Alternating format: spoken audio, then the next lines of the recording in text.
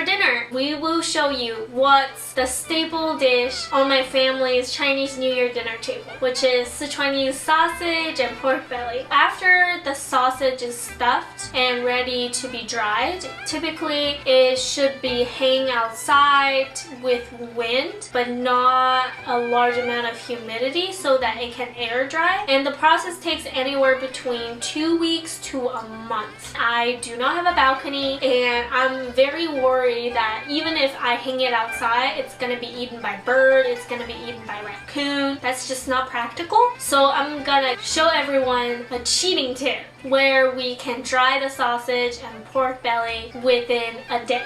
So let's dive into how to make the sausage part first. First step in making the sausage, you will want to wash them because the pigs here in the States, they don't let them bleed out before they're slaughtered. They just electrocute them. So they actually come a lot gamier. Just a not very pleasant taste or smell. I usually like to wash them before I do anything. You know, I also don't know where the butcher has been. I know there are heavy regulations on them, but you just never know. So I like to wash my meats. Maybe not so much for the beef if they are so fresh. Make sure you set it on cold water, not hot water, because you don't want to sacrifice the freshness of the meat by sort of pre-cooking it. The meats are soaked and cleaned. The next step is that we are going to take off the skin and cut them into small pieces by hand. We do not grind the meat through a machine. It's just not how we do it. And hand cut into a precise pieces will give it better texture. Just a little tip for you, you probably know this, but when you're handling raw meat, it's good that you wash your hands often before you move on to the other steps, just for safety reasons. Usually after cutting off the skin, I like to check if there's some fat that I can get off of the skin, just to keep the fat and lean meat around the same proportion. I find it the easiest to just scrape the skin off because the skin is actually pretty thick. Knives that you're not sharpening almost daily usually won't be sharp enough to just penetrate through. Now that we already cut the skin off, we can now start separating the lean meat from the fat. I know for pork belly, because it's pretty much like together, it's really hard to separate them, but just try your best to take out the big chunks of the lean and fat meat. For the size, just for easier stuffing and better marination, you will want to cut them into like a finger length, around like that shape, but you want to keep it under 1 centimeter thickness is the best for stuffing, so that when you're stuffing it, not just the air getting in, like that, a thin strip. And it's best that you can separate the fat from the lean meat, like we said, so for better gauge of fat and lean meat proportion. It is really hard for pork belly,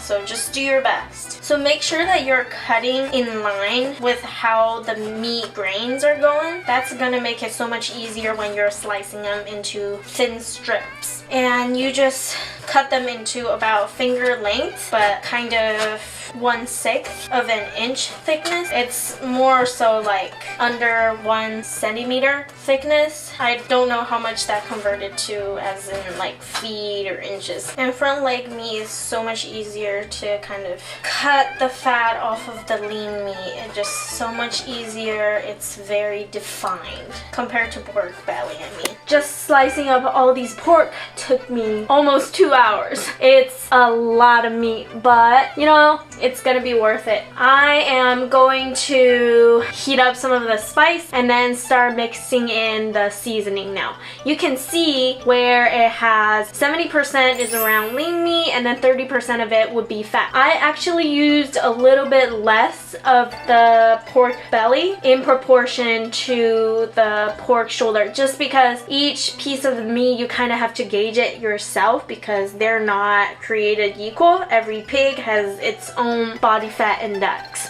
So just gotta make the best. So you just want to rinse off all the whatever chili pepper or spice that you're using. Honestly, this sausage is really easy. You can only use just chili pepper straight up, and then with Sichuan numbing peppercorn with a little bit of 5 spice. That's actually optional. You can add 5 spice for a more complex flavors or not. It's totally up to you. But for the chili pepper and Sichuan numbing spice, that's a must. And also salt, of course. Let's go dry them up. So I just preheated a wok to medium-low heat, and I just put in the chili pepper, let it dry slowly. When you're frying the chili pepper, depending on which kind, this one is really spicy. It kind of smells and hurts your nose. Make sure that you have the fan on, you have all the windows open, just for your safety. Actually, there is a faster way of doing this, which you can just wash them and then pop it in the microwave for 30 seconds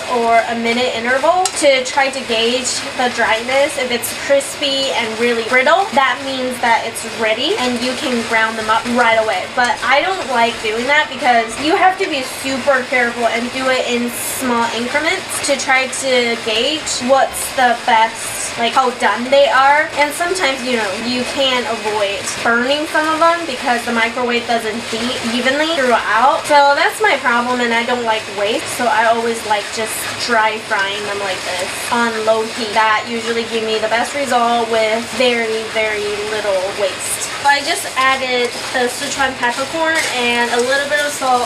I added the same amount of Sichuan peppercorn as the chili pepper, but I put in probably half the salt because if you put in too much salt, you can take it out, but if it's not enough salt, you can always add it in. I add a little bit of salt in right now because the salt will be able to soak up the fragrance of the spices, and it just makes the result from marinating the meat so much better. Just trust me on this. And also, it helps fill the holes or spaces between those large peppers. It would help heating them up and drying them more evenly across all surfaces. That's just how I do it, and that has been the best practice for me. Does your family do it a little different, or do you see there's a better way of doing this? Please let me know down in the comment section. For this process, you really want to just practice your patience. There's nothing that you can rush in this process. Otherwise, you will end up with burned spices and you have to start all over again. This is a very slow process. You don't want to do it multiple times. It's just gonna take more and more times if you make a mistake. So just get it right the first time, and that always helps. So you can see that there's a little bit of a smoke going on. It's actually moisture exiting all of the spices, and that's what's gonna bring out the fragrance. So once you see the smoke and you see that the salt has turned a little bit more yellow, it usually takes around 30 seconds to a minute and a half. It depending on, you know, how efficient is your stove. And you can also try to gauge with your hand, like get a little bit of a spice and try to crush it. If it's pretty brittle and it crushes pretty easily and has a really strong, the fragrance jumps right at you, it's probably ready and you can pop it into the grinder for the next step. Let's put it in the grinder slowly. So I'm using the grounded pepper flakes as a second round to just dry it a little bit. It doesn't take all that long, maybe 2 to 3 minutes. This one doesn't have that great of a color, but it's good at adding a tiny, like a mild kick. It works well to sort of soften the bell pepper. It kind of just makes it more like a medium heat, mild. Now I'm actually gonna add in a little bit of the 5 spice powder because it's really fine. I don't want to burn it, so I add it right when it's about ready to be right about ready. So you can see that it's smoking up pretty quickly because it's powder. It heats up really quick. Doesn't have that much moisture left in them. I only heat them like maybe 15 to 30 seconds. Put a lid on it and plug it in. Start grinding all the spices in. So you want to weigh your meat just to make sure that you know what kind of proportion that you're working with so that you would know next time how much to put in. 3,351 grams.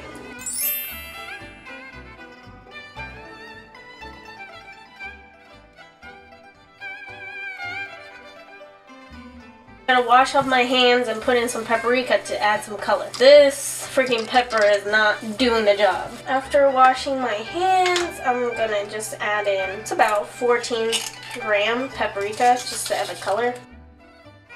The soul of the Sichuan sausage is the Sichuan peppercorn. Not that it has to give you that numbing feeling, but you must have that fragrance. If it's not there, it's not Sichuan sausage. Right here, I'm just gonna add a little bit of vodka to sterilize it. Also, the sugar in the vodka is gonna help break down the meat better, and that's gonna give it a beautiful texture and also let those spice salt penetrate through all those fibers of the meat. And I will let the meat sit overnight.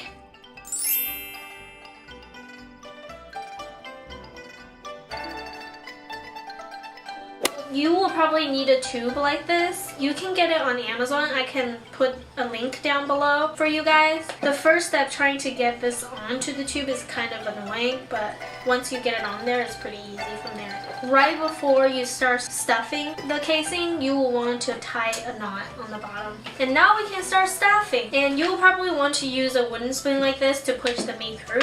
It's just gonna make the process so much easier. And you want to do it a piece by piece, not stuffing it together, or else it's gonna only push the air in, not the meat. So the first time when I started doing the stuffing, I made a mistake of like tying every few inches. Usually it's like 6 inches. Actually, you can just keep stuffing, and then you just make like a huge long sausage, and then you start tying it into different sections depending on the length that you want, and that's actually gonna make the meat so much tighter. And you will want to kind of like push it down a little bit here and there to make sure that it's tight, but make sure that it's not too tight so then the casing breaks or something.